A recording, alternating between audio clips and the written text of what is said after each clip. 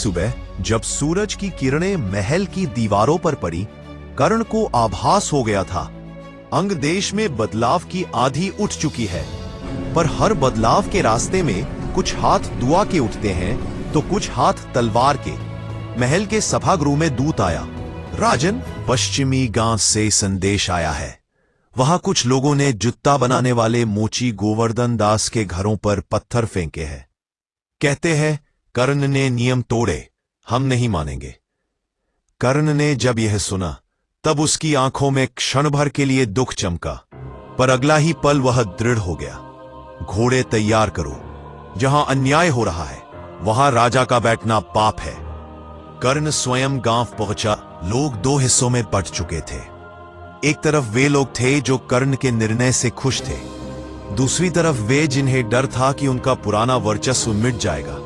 दोनों ओर तनाव था और बीच में खड़ा था एक बुजुर्ग मोची, जिसके घर की दीवार टूटी थी।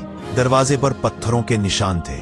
कर्ण घोड़े से उतरा, सीधे उसी टूटी दीवार की ओर गया।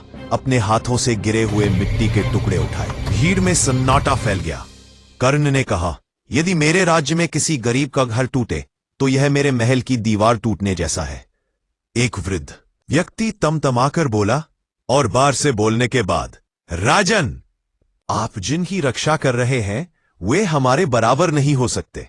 कर्ण ने शांत पर कठोर स्वर में कहा, मनुष्य की बराबरी जन्म से नहीं, कर्म और अधिकार से होती है। उस बुजुर्ग ने उत्तर दिया, फिर हमारे बच्चों की पहचान क्या रहेगी? कर्ण मुस्कुराया, पहचान जाति से नहीं, चरित्र से बनती है, और चरित्र कोई छीन नहीं सकता। तभी अचानक एक समूह ने टॉर्च जलाकर अन्य शूद्र के घरों की ओर बढ़ना शुरू किया। भीड़ उग्र होने लगी। सैनिक भी तनाव में थे, लेकिन कर्ण ने आदेश दिया, कोई तलवार नहीं उठाएगा, आज युद्ध बुद्धि से लड़ा जाएगा। भीड़ की ओर बढ़कर कर्ण ने एक दीपक उठाया जो किसी के हाथ में जल रहा था।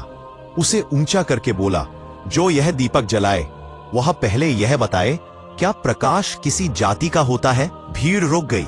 लोग एक दूसरे को देखने लगे। कर्ण आगे बोला, अग्नि सबको बराबर जला सकती है, तो ईश्वर ने मनुष्य को क्यों अलग बनाया होगा? भीड़ में खड़े कई युवा जिनके हाथों में मसाल जल रहे थे, शांत होकर धीरे धीरे पीछे हट गए। कर्ण ने घोषणा की, आज से अंग देश में हर जाति का व्यक्ति मंदिर में प्रवेश कर सकता है। धर्म किसी की जागीर नहीं, सबका अधिकार है।